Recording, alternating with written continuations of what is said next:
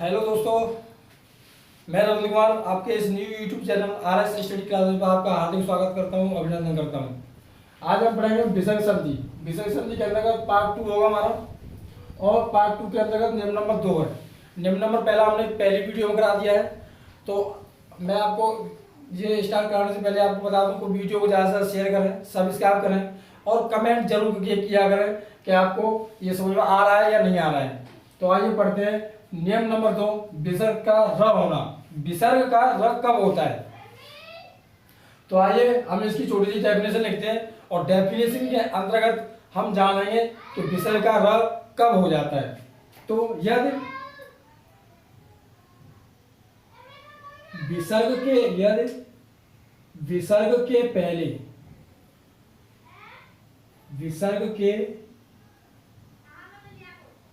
पहले छोटा और बड़या को छोड़कर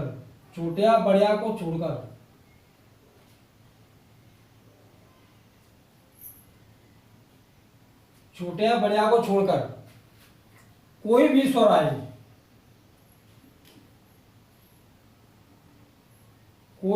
आए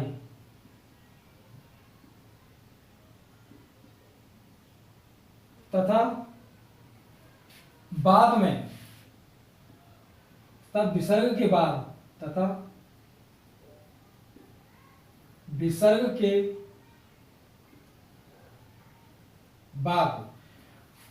यदि विसर्ग के पहले छोटे या बड़े को छोड़कर, इन दोनों को छोड़कर कोई भी स्वर आ जाए, और विसर्ग के बाद बड़ा आ, छोटा ऊ, बड़ा ऊ तथा वर्ग का तीसरा,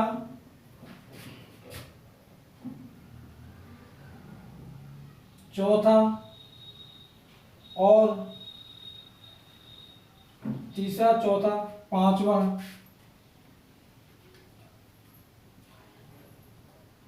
तथा यह अंतस्थ व्यंजन जो य र ल होते हैं, तथा अंतस्थ व्यंजन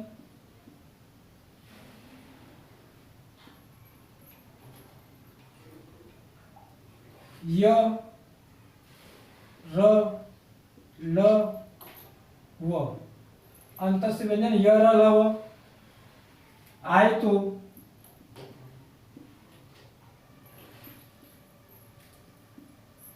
विसर्ग का आधा र हो जाता है।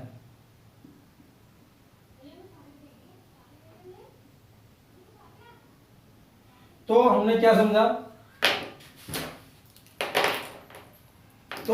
समझा कि यदि विसर्ग के पहले छोटे या बड़े को छोड़कर, विसर्ग के पहले छोटे या बड़े को छोड़कर कोई भी स्वर आ जाए, छोटे या बड़े को छोड़कर कोई भी स्वर आ जाए, तथा विसर्ग के बाद बड़ा आ, छोटा ऊ, बड़ा ऊ तथा वर्ग का तीसरा, चौथा और पांचवा वर्ग, तो मैं आपको बताऊंगा नहीं, मैंने कई बार आपको बता दिया है, पांचवा तथा अंतस्थ व्यंजन य र ल व आए तो विसर्ग क्या हो जाता है? र हो जाता है। तो आइए इसका एक एग्जांपल देख लेते हैं, और इसको अगर एक दो बार और पढ़ लेते हैं तो क्या होगा कि अच्छी तरह से हमारी समझ में आ जाएगा। क्या आ जाएगा? जैसे यदि विसर्ग के पहले छोटा आ बड़ा को छोड़कर, छोटे या बड़ा को छोड़ दो, बाकी कोई भी स्वर आए तथा विसर्ग के बाद बड़ा, छोटा ऊ, बड़ा ऊ और वर्ग का तीसरा, चौथा, पांचवा वर्ण तथा अंतस्थ व्यंजन आए, तो क्या कहेंगे? विसर्ग का हलंत र हो जाता है। जैसे एग्जाम्पल में देख लेते हैं, निहि प्लस आशा। तो आइए देखो, विसर्ग के पहले क्या है? छोटी ई है। विसर्ग के पहले इसमें क्या जुड़ी है? छोटी ई जुड़ी हुई है। अब इसमें छोटी ई जुड़ी है, तो विसर्ग के बाद क्या है? बड़ा आ आया है। देखो विसर्ग के बाद क्या है? बड़ा आ आया है, तो हलंत क्या हो जाएगा? र हो जाएगा। अब देखो मैंने विसर्ग का हलांत कर दिया र प्लस आसाम। बताओ ये समझ में आ गया या नहीं आया? तो आइए नि, इस बड़े आ की मात्रा को र में जोड़ दें तो र पूरा हो जाएगा, तो ये आपका हो जाएगा निराशा। क्या हो जाएगा? निराशा। तो ये आपकी समझ में अच्छी तरह से आ गया या नहीं आया बताइए। अब एक और देख लेते हैं, नि प्लस बल, नि प्लस बल। अब ब आया है, ब क्या है? तीसरा तीसरा वर्ड है, प फ ब तीसरा वर्ड है। तो नि, तो ये नि तो आ जाएगा ही, लेकिन ये विसर्ग क्या हो जाएगा? ब तीसरा है और तीसरा मिल रहा है, तो विसर्ग का क्या हो जाएगा? र प्लस बल। तो ये आप समझ ही गए होंगे कि ये क्या बन रहा है? निर्बल। क्या बना है? निर्बल।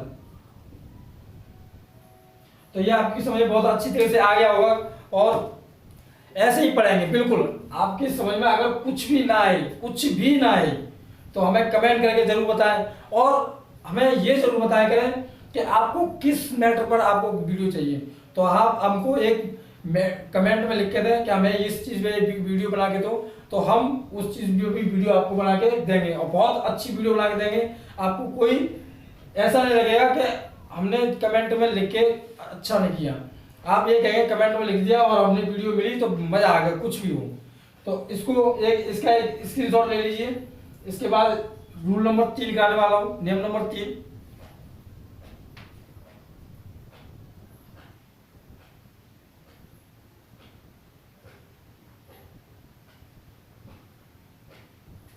तो मैं से बताया तो आपने स्क्रीनशॉट ले लिया होगा। नियम नंबर 3 कराएंगे, विसर्ग का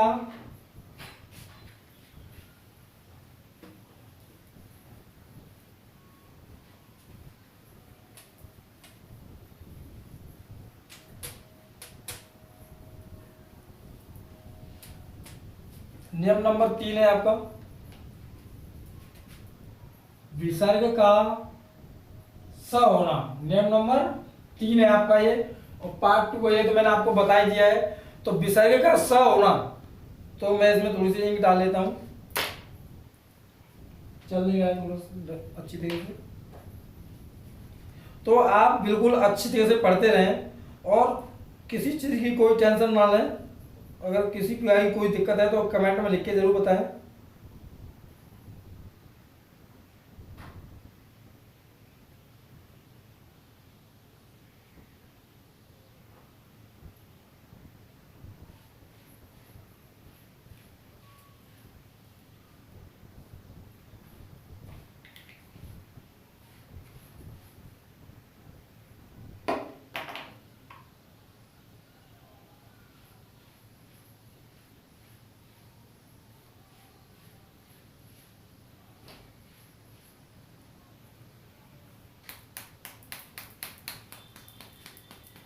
तो देख लेते हैं, यदि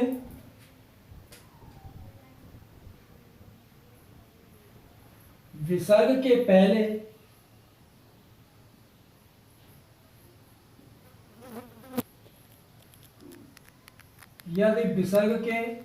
पहले कोई भी स्वर हो, कोई भी स्वर हो तथा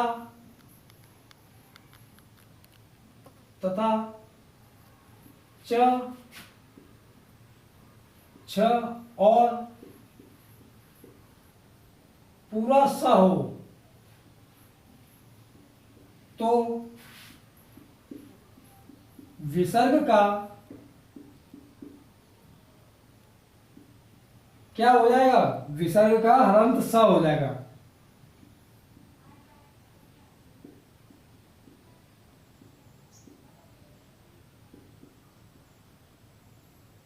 विसर्ग का हलंत स हो जाएगा।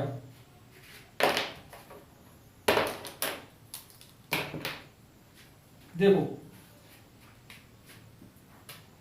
तो एग्जांपल ले लेते हैं।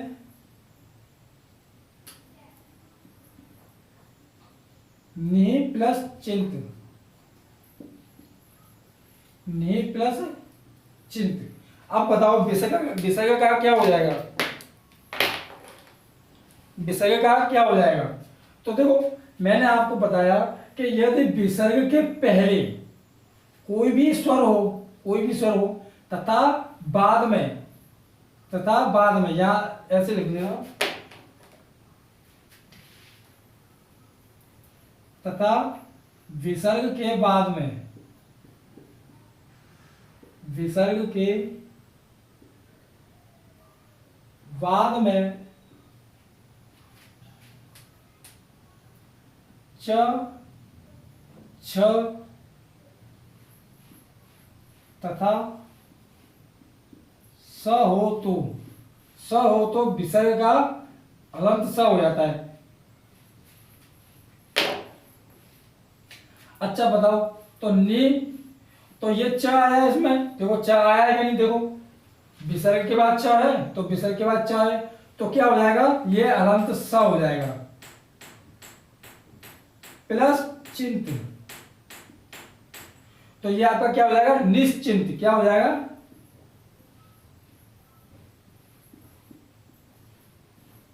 निश्चिंत। क्या हो जाएगा, निश्चिंत हो जाएगा आपका ये। तो ये देख लो आपकी समझ में आ गया या नहीं आया।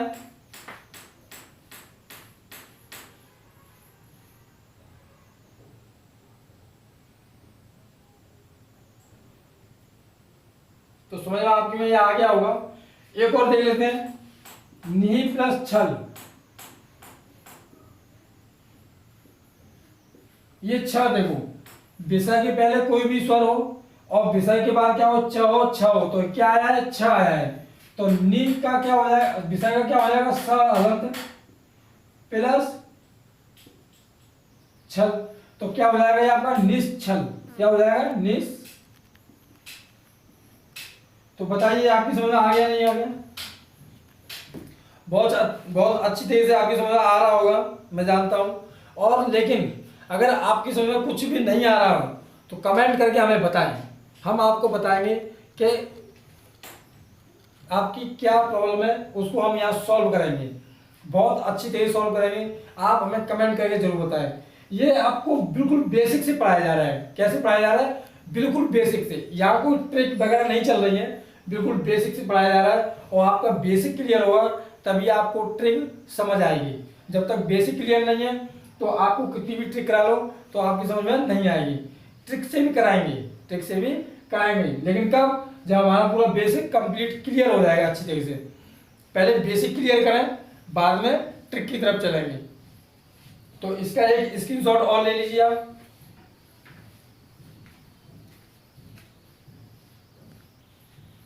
तो आपने इसका स्क्रीनशॉट ले लिया होगा, तो मैं इसे मिटा देता हूं। अब हम पढ़ेंगे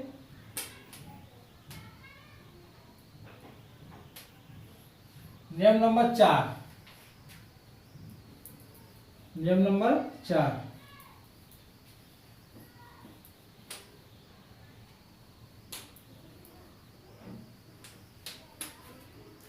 नियम नंबर 4, विसर्ग का स होना। नियम नंबर 4, यदि विसर्ग के पहले छोटी छोटा ऊ तथा बाद में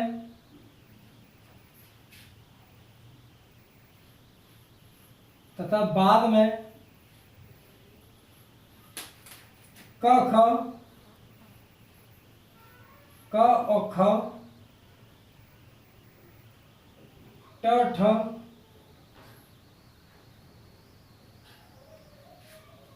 और प फ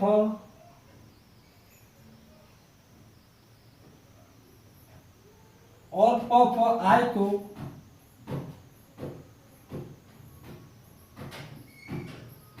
विसर्ग का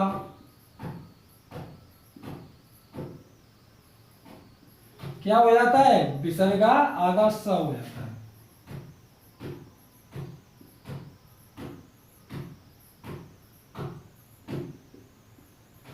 स हो जाता है। जैसे इसका एक एग्जांपल ले लेते हैं, जैसे इसका एक एग्जांपल ले लेते हैं, निहि प्लस कपट। निहि प्लस कपट, यदि विसर्ग के पहले छोटी ही बड़े छोटा हुआ आ जाए तो छोटी ही आ गई, तथा बाद में क ख ट ठ और प फ आए तो विसर्ग का स हो जाता है। तो देखो विसर्ग के पहले छोटी ई आई है, देखो आई है कि नहीं, छोटी ई है इसमें, और विसर्ग के बाद क आया है, देखो क इसमें है कि नहीं, क आया है कि नहीं, तो क्या हो जाएगा, विसर्ग का हो जाएगा स हलंत प्लस कपट, तो ये स क में जुड़ जाएगा तो हो जाएगा निष्कपट। तो ये बताओ आपकी समझ में अच्छी तरीके से आ गया या नहीं आया, बताइए बताइए, समझ में आ गया या नहीं आया। एक और देख लेते हैं, नी प्लस कंटक, नी प्लस कंटक, तो नी ट आया, देखो ट, क ही आया इसमें, क आया देखो क, तो प्लस कंटक, तो निष्कंटक। तो बताइए आपकी समझ में अच्छी तरीके से आ रहा है या नहीं आ रहा है। मैं जानता हूँ आपकी समझ में अच्छी तरह से आ रहा होगा। और आज हमने इस वीडियो में 3 रूल पढ़े हैं, 3 नियम पढ़े हैं, और विषय संधि के अंतर्गत रूल 7-8 की करीब है। तो हम 4 रूल हमारे क्लियर हो गए, 2-3 रूल और रह गए, उनको हम कल पढ़ेंगे। तो इस वीडियो में आपको ये सारी चीज़ें समझ में आई है या नहीं आई है, तो हमें कमेंट करके जरूर बताएं। और कमेंट में बताने से क्या होता है कि हमको पता चल जाता है आपकी समझ में आ रहा है या नहीं आ रहा है। तो इसलिए कमेंट जरूर किया करें, कमेंट करने से ही हमको पता चलेगा। दूसरी बात यह है कि आप शेयर सबसे ज़्यादा किया करें और सब्सक्राइब किया करें, और बेल आइकन की घंटी दबाना बिल्कुल ना भूलें। तो आज की इस वीडियो को हम यही समाप्त करते हैं, और अच्छी तरह से पढ़ते रहिए, आनंद लेके पढ़ते रहिए, और फालतू के कामों पर ध्यान मत दीजिए कि इधर उधर गली में घूमना, ये फलान ढीक, तो इन चीज़ों से दूर रहिए। और हम आपको बिल्कुल बेसिक से पढ़ा रहे हैं, तो आप बिल्कुल बेसिक से पढ़िए। बेसिक पढ़ने के बाद भले ही ट्रिक वाली पढ़ो, कोई दिक्कत नहीं है, लेकिन ट्रिक पढ़ के बेसिक पढ़ेंगे तो शायद आपकी समझ में ना आए। तो इसलिए पहले सबसे पहले क्या पढ़ेंगे, हम पढ़ेंगे क्या पढ़ेंगे, बेसिक। बेसिक के बाद चलेंगे ट्रिक पर। हम आपको ट्रिक भी ऐसी कराएंगे कि आप जन्मों जन्मों तक नहीं भूल पाए, गारंटी है इस बात की, विश्वास दिलाते हैं। तो इस वीडियो को हम यही समाप्त करते हैं। थैंक यू, धन्यवाद।